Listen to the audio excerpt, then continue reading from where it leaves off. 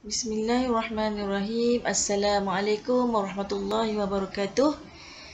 Bertemu kembali pada minggu ini. InsyaAllah pada minggu ini kita akan belajar dalam bidang ibadah dan tajuk azan dan iqamah.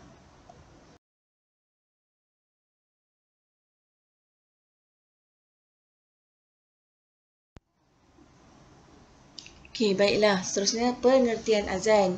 Okey, sebelum kita masuk kepada pengertian azan, Maklimah nak cerita sedikitlah tentang pensyariatan azan ni kan. Okey, pensyariatan azan. Azan ialah dimulakan pada tahun pertama Hijrah. Pada satu hari, Rasulullah telah mengumpulkan para sahabat untuk bermesyuarah ataupun berbincang bagaimana cara nak bagi tahu orang ni.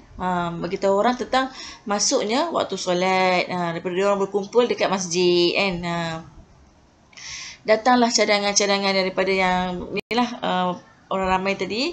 Ada yang berkata, kibarkan bendera, dia kata. Siapa yang tengok bendera tu, dia lah kena bagi tahu orang-orang lain.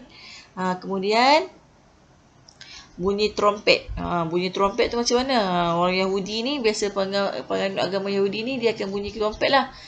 Okey, seterusnya bunyi loceng. Cadangan lain bunyikan loceng. Keling-keling kita. Itu mesti tu takut kan. Bunyi loceng. Seperti yang biasa dilakukan oleh penganut agama Nasrani. Agama Nasrani. Kemudian ada juga sahabat yang sarankan macam mana kita bila masuk waktu ni, kita segera nyalakan api. Kat mana? Kat tempat yang tinggi. Bagi orang nampak lah. Setidak-tidaknya asap tu boleh, orang jauh boleh nampak asap. Yang dekat nampak api lah. Itu menandakan masuknya waktu solat. Tapi semua itu ditolak oleh Rasulullah. Rasulullah tolak. Tiba-tiba Nabi bangunlah Sayyidina Umar. Sayyidina Umar kata apa? Ya Rasulullah, kenapa tidak menyuruh seseorang bangun dan menyeru untuk solat? Dia kata macam tu kan. Kenapa tak panggil seorang tu, kita untuk panggil orang, melaungkan macam azan ni lah, panggil orang untuk solat. Lalu Rasulullah pun panggil, wahai Bilal. Bilal ni siapa? Bilal ni ialah muazzin yang pertama Islam. Muazzin yang pertama agama Islam. Dia kata berdirilah dan serulah orang untuk bersolat seperti mana yang telah dibaratkan dalam Bukhari dan Muslim. Okey. Azan dalam segi bahasa apa? Pemberitahuan. Pemberitahuan, nak bagi tahu orang. Yang pasal apa? Pasal dah waktu ni. Bagi tahu orang macam tu. Kemudian dari segi istilah. Istilah itu ialah lafaz yang tertentu untuk bagi tahu masuk waktu solat fardu. Lafaz yang tertentu, tak ada lafaz lain lah. Okey. Hukumnya, hukum solatnya, hukum azannya ketika sunat muakkad untuk solat fardu. Ada yang tanya, solat duha kena azan tak? Tak perlu Semua solat fardu sahaja.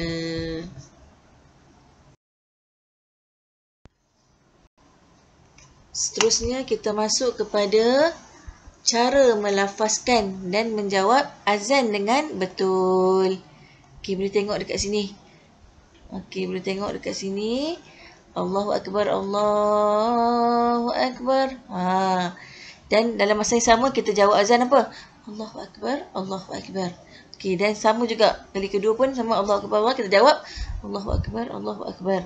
Okey, kemudian asyhadu an la ilaha illallah. Asyhadu an la ilaha illallah. Asyhadu anna Muhammadar Rasulullah. Asyhadu anna Muhammadar Rasulullah. Hayya 'alas salah. La haula wala quwwata illa billahil aliyyil azim. Hayya 'alas salah. La haula wala quwwata Hayya 'alal falah. La haula wala quwwata illa billahil aliyyil azim. Hayya 'alal falah.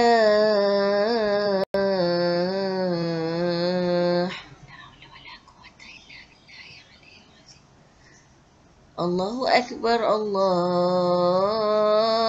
Akbar. La ilaha illallah.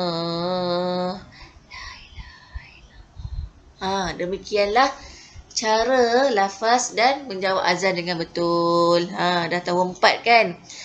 Dah bolehlah untuk azan. Boleh kalau masih tak beranikan lagi kan, tak apa, dengar je azan, cuba praktikkan untuk menjawab. Baiklah, seterusnya syarat-syarat sah azan. Okey, yang pertama semestinya ialah orang Islam. Yang kedua, mestilah lelaki. Tadi maklimah azan tadi bukan sebab maklimah nak azan.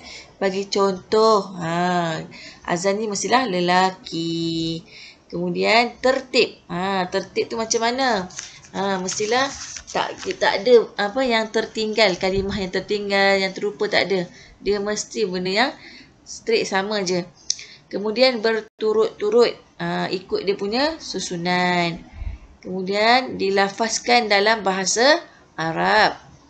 Seterusnya, yakin masuk waktu solat dan akhir sekali mestilah mumayyiz. Mumayyiz ni macam mana? Dia boleh membezakan yang mana baik, mana buruk. Dia dah boleh untuk uruskan diri dia. Dia buat apa? Dia tahu perintah Allah, dia tahu larangan Allah. Itu ialah syarat-syarat sah azan. Dah boleh kan untuk kita praktikkan bersama. Baiklah, seterusnya kita masuk kepada perkara sunat. Ketika azan, sunat ni apa? Sunat ni kalau kita buat dapat pahala, kalau tak buat tak dapat apa. Jadi kita nak dapat pahala. Okey, antaranya ialah ada berapa ni? Ada banyak. Cuba kita tengok satu-satu. Yang pertama, menghadap kiblat. Azan ni kita menghadap arah kiblat. Seterusnya, suci daripada hadas kecil dan hadas besar. Maksudnya kita tak adalah nak buang air semua kan? Mesti kita suci. Ketiga, berdiri ketika melaungkan azan. Waktu nak azan tu kita kena berdiri. Seterusnya, memalingkan muka ke kanan ketika mengucapkan hayya 'alas solah. Okey, hayya 'alas solah. Kepala ni kita, muka ni kita paling ke arah kanan. Kemudian bila ke arah kiri pula sebut apa? Hayya 'alal falah. Boleh praktikkan nanti. Seterusnya, mengulang lafaz dua kalimah syahadah secara perlahan sebelum melafazkan secara nyaring. Kita sebut dulu. Asyhadu an la ilaha illallah. Kita sebut perlahan dulu. Sebelum kita nak lafazkan secara nyaring. Terusnya, tathwib pada azan subuh ketika muazzam menyebut apa? As-salatu khairum minan naum. Lafaz taswib ni ialah waktu solat subuh sahaja. Okey, seterusnya muazzin, orang yang azan itu mestilah seorang yang adil. Seorang yang adil. Seterusnya juga muazzin bersuara nyaring dan lantang. Sebab apa? Sebab kita nak seru ni, nak bagi tahu orang ni. Dia masuk waktu. Kalau suara Allahu Akbar, Allahu Akbar. Suara macam tu. Agak-agak orang boleh faham tak? Tak jelas lah, orang tak akan dengar. Tambah-tambah kalau jauh. Suara tu mesti kena lantang, kena nyaring. Sunat. Okey, seterusnya berdoa selepas azan. Siapa yang dah hafal doa selepas azan? Cuba angkat tangan. Ramai-ramai. Maklimah nampak lah. siapa yang dah hafal tu. Bagi yang belum hafal, boleh ada masa lagi untuk kita menghafal. Sebab apa? Sebab sunat kita nak dapat pahala.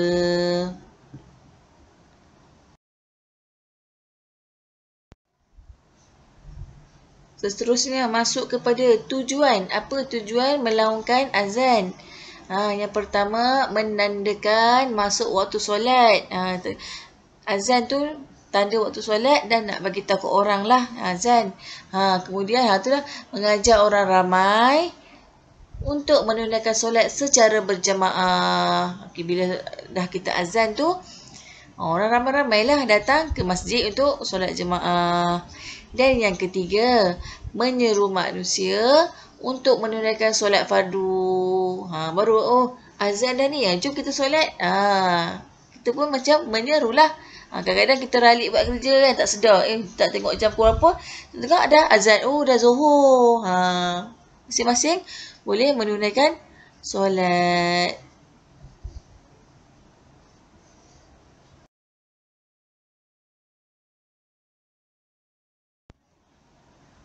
Antara perkara-perkara makruh. Makruh ni macam mana hukum dia? Buat dapat pahala. Dia ke buat dapat pahala? Tak. Buat tak dapat apa. Kalau tinggalkan dapat pahala.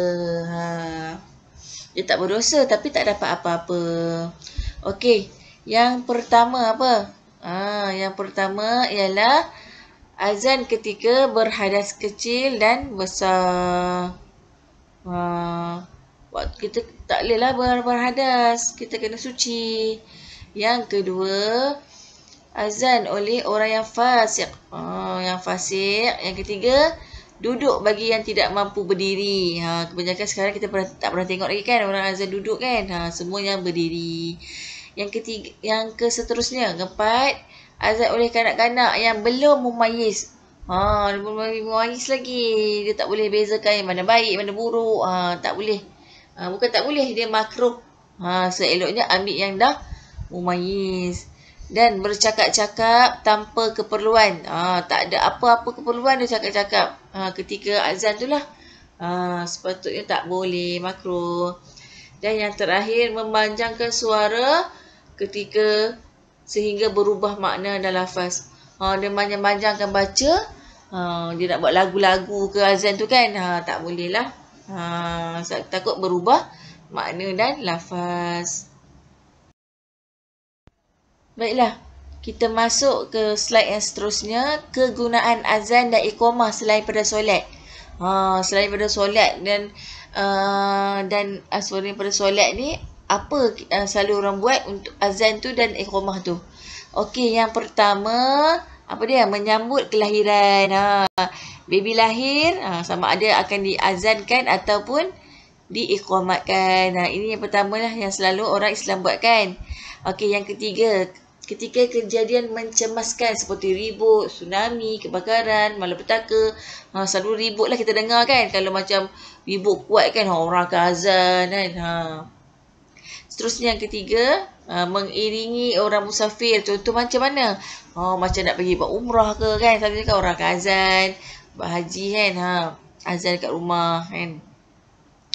Yang keempat, ini yang ditakutlah. Orang yang dirasuk makhluk halus. Kita azan kat telinga dia. Ini antara kegunaan azan dan iqamah.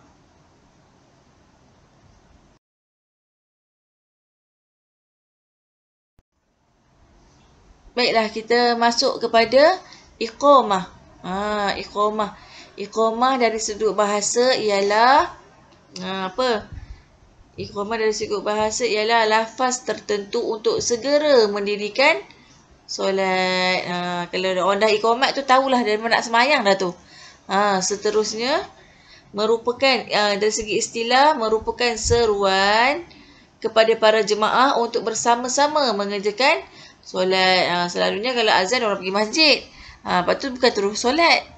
Buat solat sunat duduk ke apa ke kan. Tapi bila dah Allahu Akbar, asyhadu an la ilaha illallah. Tu dah tahulah memang nak solat. Okey, seterusnya hukum iqamah. Apa maksud hukum iqamah ni? Apa hukum dia? Macam sama juga tadi, sunat muakkad. Sunat muakkad. Okey. Antara perkara-perkara sunat ketika iqamah ni ada juga, iaitu menghadap kiblat. Seterusnya, suci daripada hadas kecil dan hadas besar. Kemudian, berdiri ketika melakukan iqamah. Dan yang terakhir, iqamah dilakukan dengan cepat dan lancar. Macam kita dengar sekarang ni lah kan. Yang kita selalu duduk pergi kat masjid kan. Kita kat rumah sendiri. Kita mestilah cepat dan lancar. Allahu Akbar, Allahu Akbar. Asyhadu an la ilaha illallah. Asyhadu anna Muhammadar Rasulullah. Hayya 'alas solah. Laju sikit. Tak sama macam azan.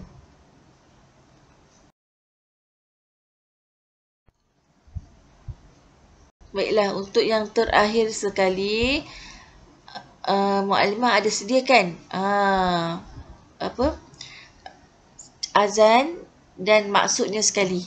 Nanti dalam buku latihan akan ada latihan untuk apa maksud sekian-sekian kan. Okey, awak boleh tengoklah dalam slide yang Mu'allimah sediakan ni. Dan berlatih azan pun boleh. Mana tahu kan, nanti boleh azan dekat tempat, ke surau dekat rumah masing-masing ke kan. Okey, dan latihan buku aktiviti, buku rujukan dalam buku teks saya, buku warna hijau tu, dalam muka surat 61 dan 64. Okey, dalam tu semua ada. Kalau tak nak tengok slide sangat pun boleh tengok dalam buku teks. Okey, buku latihan muka surat 3 sampai 13. Banyak kan? Dia dah termasuk sekali dengan iqamah, tapi pada minggu depan, hari Ahad, tak payah hantar ya. Buku ni tak payah hantar. Awak boleh buat ataupun awak boleh ulang kaji. Guna video di samping boleh buat latihan. Tak payah hantar lagi buku. Hari Ahad ni tak payah hantar lagi. Boleh buat waktu cuti minggu keempat tu. Okey. Itu saja untuk pada minggu ini. Terima kasih semua. Jaga solat, jaga diri. Jazakumullahu khairal jazak. Kita jumpa lagi pada minggu akan datang. Terima kasih semua.